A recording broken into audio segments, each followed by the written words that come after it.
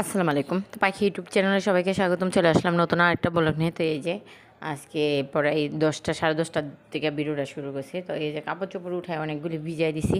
তো আপনাদের ভাইয়ারা বলছে এই কাপড় চোপড়গুলি তুমি ধুয়ে দাও, আমি কাজ করি গা। তো আমি এই যে এদিকে টাকি মাছ ভর্তা করব, আর হলো নলা মাছ দিয়ে বেগুন দিয়ে রান্না করব। এগুলি আজকে রান্না বাড়া, বেশি কিছু করব না। আর রাত্রেবেলা যে হয়তো বা ছেলেদের আবার অন্য কোনো কিছু করে দিব, কারণ আমাদের ঘরে মাছ ছাড়া অন্য কোনো কিছু চলে না। মাছটাই বেশি লাগে। তরকারি যেটুক রান্না করি এটা আমার আর আপনার ভাইয়া দুইজনের মিলে তরকারিটা খাই। আরগুলো আমি সবার কাছে অনুরোধ করতেছি, প্লিজ আপনারা আমাকে সাপোর্ট করবেন। যদি আপনারা আমাকে সাপোর্ট না করেন তাহলে আমি সামনের দিকে আগে যেতে পারবো না, ঠিক আছে? তো আমার ভিডিও দেখবেন, দেখা যদি ভালো লাগে লাইক করবেন, কমেন্ট করবেন। আপনাদের কারো সাপোর্ট লাগলে সেটাও কমেন্ট করে জানাবেন, আমি আপনাদের সাপোর্ট করব, ঠিক আছে?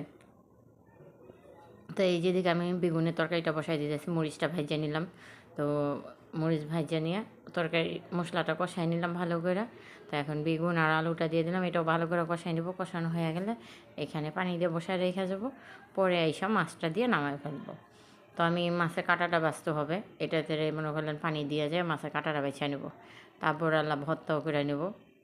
আমি আজকে ওই যে হাতে ওইগুলি কী দিয়ে জানি ভর্তা করে জানি না, আমি এটার নাম শিওর বলতে পারি না। কাদা বলে, কাদার ভিতরে তারপরে যে একটা দিয়া, যে এটার নাম কি আমি তো জানি না, দেখেছেন এইগুলি দিয়ে ভর্তা বানাইতেছে। তো এই যে এখন এই যে মাছ বাচ্চা নিয়ে আসি, ধনিয়া পাতা নিয়েছি, শুকনা মরিচ নিয়েছি, পেঁয়াজ নিয়েছি। পেঁয়াজ আমি কাটতেই নিয়েছি, যে ওইভাবে ছেঁচার দিকে এভাবে কাইটে নিলে ভালো হবে। তাই একবারে সব কিছু দিয়ে দিতেছি, মরিচ, তারপরে লবণ, পেঁয়াজ, মাছ একসাথে দিয়ে দিলাম। এখন এটা ভালো করে ঢইলা নেব, তারপরে হলো ধনিয়া পাতাটা দিয়ে দেবো। তো এই যে কাদাটা, এটা করলাম আমার না, আমার বাসার ভাড়াটিয়া পলায় গেছে গা। ওই পলায় যাওয়ার পরে ওর ঘরে এটা ছিল, ওইখান থেকে আমি এটা নিয়ে আসছি। তো আমার বাসার ভাড়াটিয়া পড়াই সময় পলায় জায়গা 2 মাসে 3 মাসের ঘর ভাড়া আটকে রেখা পরে আল্লাহ ছুর মারে। আবার এই যে এই ভাড়াটিয়াটা যেন পলায় গেছে, 1 মাসের ঘর ভাড়া পাবো। 1 মাসের ঘর ভাড়া। তো এটা হলো 1 মাসের ঘর ভাড়া আটকে রেখে পরে বলছে কি আমি বউ আনতে যেতেছি, বউ আনতে যাওয়ানোর কথা কই আবার পরে ভাগছে, আর আসে নাই গা। তো ও মনে করলেন, তো আমি এই যে এদিকে এখন ভর্তাটা ভালো করে করে নিতেছি। তো ভর্তাটা কইরা নিয়ে তারপরে আল্লাহ মনে করলেন খাবার দাবার খাইতে চলে যাবো দুপুরবেলা। ছেলের আমার পাগলা বানায় ফেলতেছে, দেখেন এই দিক থেকে ভর্তা নিয়ে খাইয়া ফেলতেছে। আর আমি করলাম রাত্রেবেলা গোসল করি, আমি তো সেই একটা প্রচুরই মানুষ, মানুষ বলবো কি আমি পচা। আমি গরমের দিন কিংবা শীতের দিনই হোক, শীতের দিন হলে একটু দুপুরবেলা গোসল করি। আর গরমের দিন হইলে আমি তো মনে করেন বিকেলের সন্ধ্যার আগে গোসলই করি না। মাঝে মাঝে তো রাত্রে 12টা বাজে গোসল করে ঘুম আসি, কারণ রাত্রে 12টা পর্যন্ত আমি সজাগ থাকি। 12টা বাজে গোসল করি, গোসল মোসল করে তারপর আলাদা শুই। তো পরের দিন আবার এভাবেই থাকি সারাদিন, তারপরে আবার গোসল করি। তো আমি এমনি মানে গোসলের দিক দিয়ে আমি সেই মানে একটা প্রচুরই। তো এই যে আমার ভর্তাটা করা শেষ, দেখছেন কত সুন্দর ভর্তা হয়েছে। তো এখন এগুলি উঠাই একটা বাটিতে নিব, বাটিতে নিয়ে তারপরে এগুলি রেখে দেবো। তো আমার কাজই এইটা মনে করলেন, আমি এগুলি কইরা করেই আমার কাছে ভালো লাগে। কাজ করি, মাঝে মাঝে লাইভ করি আপনাদের সাথে, ওইটা শেয়ার করি। তো এই যে সন্ধ্যাবেলা আজকে তো ছেলে আর আমি দুইজনে দুধ মুড়ি খাবো। তো খিদা লাগছে কী খাবো ভালো লাগতেছে না। তো গোসল টোসল করে আসি, আইসা এই যে বসছি দুধ মুড়ি নিয়ে। তো আগে ওই ছেলে আর আমি দুজনে দুধ মুড়ি খেয়ে নিই।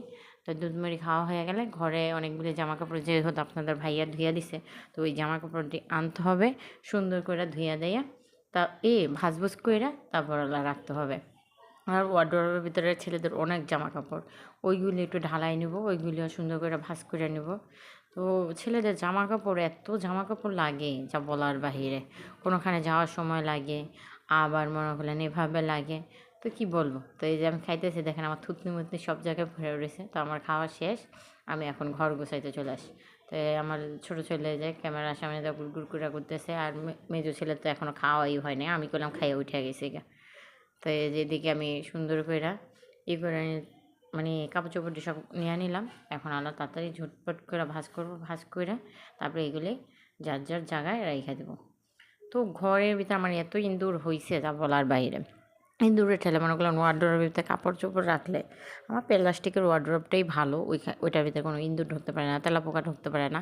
এই কাঠের ওয়ার্ড্রোবটা যেন এত কষ্ট করে ঠিকঠাক করলাম, এটার ভিতরে কী হয়, ওই যে ইঁদুর ঢুকে যায়, ছোটো ছোটো ইঁদুর আছে না, ওইগুলি ঢুকে এবার আল্লাহ মনে করলেন জামা কাপড় তো কাটে না, ওইখানে একদম হাগু ঠাগু দিয়ে একদম ভরে ফেলে।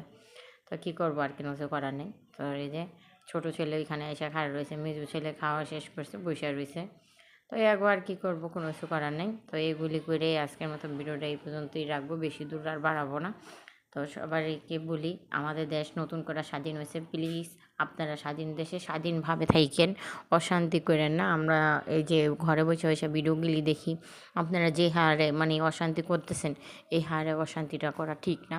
মানুষের দোকান লুটপাট করতেছেন, মানুষের ঘর বাড়ি ভেঙে দিতেছেন, এটা করতেছেন সেটা করতেছেন।